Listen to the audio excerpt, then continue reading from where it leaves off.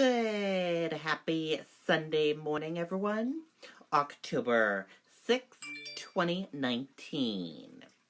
I'm Riley King, and welcome to This Week in this edition of Politics with Riley King. Let's begin. First up, state issues play a role in Manchester mayoral race. Challenger says mayor hasn't done enough to address problems.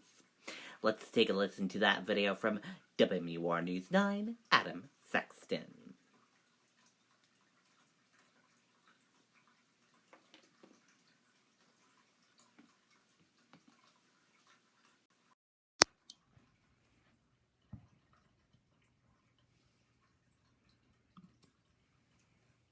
See the speed, the biggest, the baddest snowmobile event in the world. This is how we kick off snowmobiles. The Rex Theatre in downtown Manchester is getting ready for its debut later this year. Mayor Joyce Craig says it's another positive sign for the Queen City. We've seen unprecedented economic development here in the city with a couple of hotels coming in, a 1,700 space garage going in the mill yard. The success stories are easy to tout, but as she seeks re-election, Mayor Craig also acknowledges issues of homelessness and crime downtown. She says much of it is the result of the state's new Doorway opioid treatment program and the bail reform law passed last year. Right now, we're at a point where our services are maxed, and it's not just our services, it's the emergency rooms in our hospitals. And so we've taken a proactive approach. But not proactive enough, according to Craig's Republican opponent, former two-term state rep, Victoria Sullivan. We're in a really bad place. And if you look around the country, you can see other cities that are faltering, and we can't be that. Sullivan contends Craig didn't confront problems downtown until they became a campaign issue. For the city leader to repeatedly say that things are just great and they're not, that's not leadership. If you look at my record, I've been working on these issues from day one. I am born and raised in Manchester. This community means the world to me. In the September primary, Mayor Craig easily cleared 50%. But Sullivan believes she's within striking distance. We had really strong numbers coming out of the primary. We actually did a little bit better than Frank Ginta did against former Mayor Baines in his primary. These final weeks will determine if a similar upset is possible. In Manchester, Adam Sexton, WMUR News 9. Okay, and there you go on that video and that report.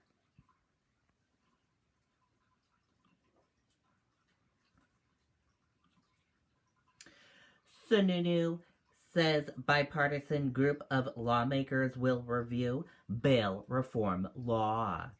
Police say too many violent offenders released under law. Let's take a listen to that video from WMUR News 9, Adam Sexton.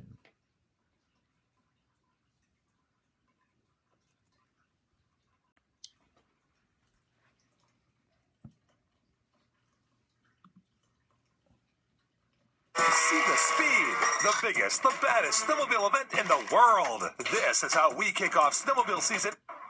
Supporters of bail reform promised a win-win for public safety and low-income defendants stuck in jail. Instead, a full year's worth of problems related to releases of violent offenders have escalated police and political frustration. In 2018, police chiefs were voicing concerns almost immediately after the law passed. They said their warnings went largely unheeded. I feel like if this were a business with faulty stairs, you would tell them to fix them before somebody gets hurt. Instead, we're just kicking it down the road and not addressing it. Now it appears substantive action may be taken. Governor Chris Sununu is pledging to convene a bipartisan group of legislators to fix bail reform. In a statement released Friday, Sununu said, quote, "When bail reform became law last year, I pledged that we would closely monitor its implementation. It is clear that there have been some unintended consequences, and I remain committed to overhauling the system in an expedited manner." Lawmakers did pass a bill in May attempting to rebalance the new law, but police say it hasn't changed anything. They believe too many violent and high-risk offenders are still being released immediately after arrest, putting public safety at risk. In a statement, Democratic State Senator Martha Hennessy questioned Sununu's move to form a working group. She and other bail reform supporters contend, quote, police and prosecutors need training for this new public safety protection process. A separate legislative bail reform commission will begin meeting later this month. It's not yet clear how or even if it will interact with the governor's new effort. Adam Sexton, WMUR News 9. Okay, and there you go on that video and that report.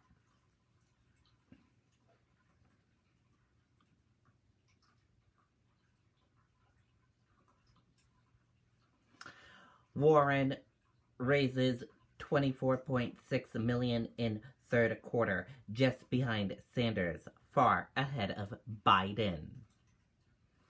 Former vice president announces $15.2 million raised July 1st to September 30th.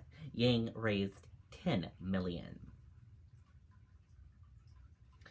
Senator Elizabeth Warren raising in recent poll and attracting big crowds, raised $24.6 million in the third quarter, her campaign said on Friday. Trump-Biden campaigns launch major advertising blitz in New Hampshire, other early voting states. Trump ads attack Biden corruption, while former VP's campaign says it raised $15.2 million in third quarter. An advertising blitz is about to begin in New Hampshire and the other early voting states by the campaigns of President Donald Trump and former Vice President Joe Biden. Beto O'Rourke promises to guarantee long-term survival of nation's fisheries. Plan unveiled after visit with Portsmouth-based small fishing business. President Beto O'Rourke, after visiting a small fishing business in New Hampshire a month ago, is releasing a plan Friday that his campaign says will guarantee long-term survival of the industry and the nation's fisheries.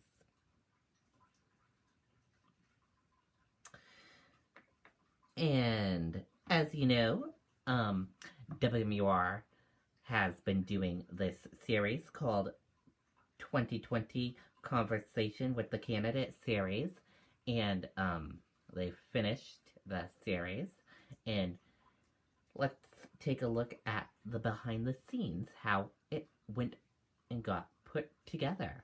Take a look at this video.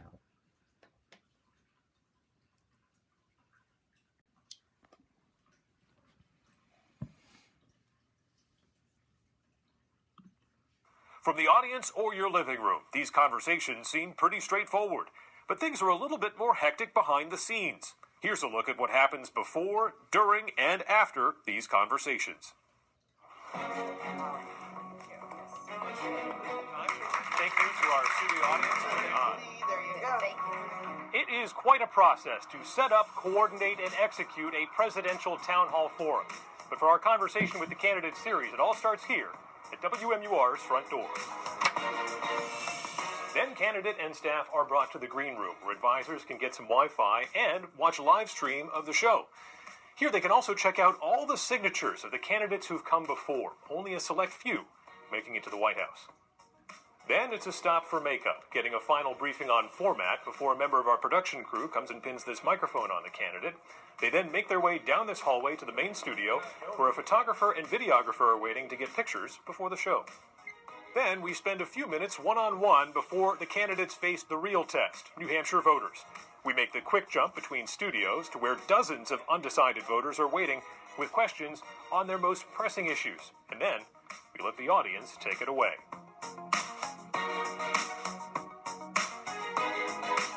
After each conversation, we debrief the candidates on the way out, giving them the chance to share their impressions about the discussion and those first-in-the-nation voters.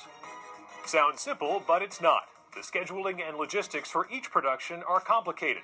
And of course, any audience member who asks a question will spend their own time on research and preparation for their chance at the microphone. Very cool indeed.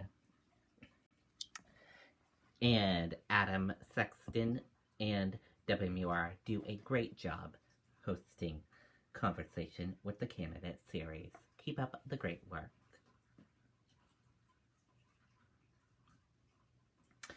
Inspector General of Intel Committee testifies behind closed doors. Let's take a listen to that video from ABC News.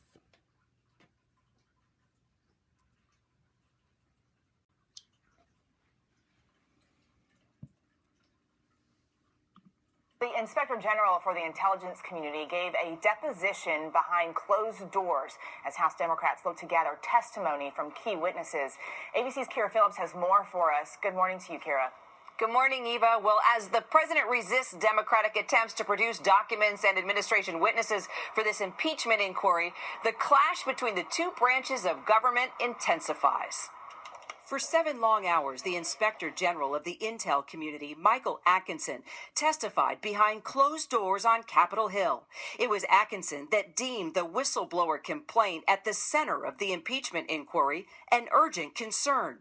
Democratic lawmakers seem pleased with the Inspector General's testimony. But for his reporting this to Congress, the efforts of the White House and the Justice Department to cover it up might have been successful. Meanwhile, Republicans took aim at the chairman of the committee, Representative Adam Schiff. Chairman Schiff should be disqualified from running an investigation where his committee members or staff are fact witnesses about contact with the whistleblower and the whistleblower process.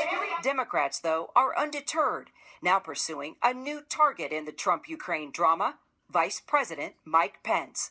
The committees leading the impeachment probe sent a letter Friday requesting a laundry list of documents and communications to determine Pence's knowledge of Trump asking Ukraine to investigate 2020 rival Joe Biden.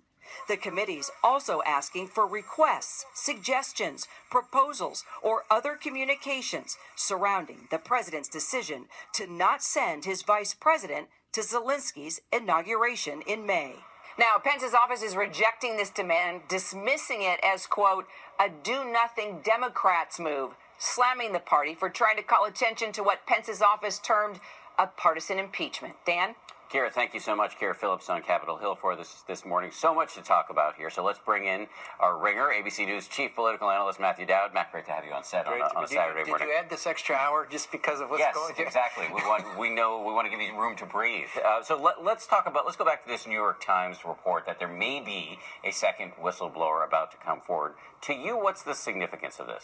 I think every time there's a new witness to what happened, a new witness to said what the president said he did, that they say he also did in this, raises the odds that the president is going to get impeached. I don't think right now it raises the odds would get convicted in the Senate, but I think if you looked at the House of Representatives today, and if a new whistleblower appears and does confirm what happened, the president will get impeached in the House if that happens. It's also the Republicans have been trying to discredit the original whistleblower. If there had been two, it's harder to maybe discredit both of them at the same time. Let me talk about Joe Biden. We saw in David Wright's piece that he's making his most extensive comments since this story broke. How's he doing in the light of this story, and is this likely to help or hinder him? I think he was having difficulty in this campaign process because of the energy that Elizabeth Warren had created. I think this gives him a moment that can only help him. He basically becomes the opponent to Donald Trump in the midst of this conversation, and all the Democrats seem now to defending him in this process. It has to help him in this. I don't think it'll fundamentally change the nature of the race, which puts him in a position of running against Elizabeth Warren and Bernie Sanders and others, but it's got to help when he pivots one-on-one against Donald Trump. And let's finally talk about the Republicans. We've seen a few come out to criticize the president, Mitt Romney, Ben Sasse. Do you expect others will break, or is there going to be a red wall here? Well, until there's more U.S. Republican senators and whistleblowers coming out, it's going to be difficult for the Democrats to get this done. I think it all depends on the facts that emerge. And does it confirm in a distinct way that there was a quid pro quo of this new whistleblower? I think you could see a number of senators. I have a serious doubt if it will ever get up to 20 Republican senators going against the president. And that's what's needed to convict him in the Senate and remove him from office. That's what's needed to convict him. But if you get 3 or 4 Republicans, they can change the rules and how the process happens in the United States Senate. Matthew Dowd, always a pleasure to have you on a Saturday morning. Really appreciate it. Congrats to you all on the extra hour. Thank you. Hi, everyone. Okay, and there you go on that video and that report. And that is it for this Sunday morning edition of Politics with Riley King. I hope you all enjoyed this Sunday morning edition of Politics with Riley King. And I'll see you back here next Sunday for another edition of Politics with Riley King. Have a great rest of your Sunday, everyone, and have a great week ahead of you as well. Goodbye, everyone.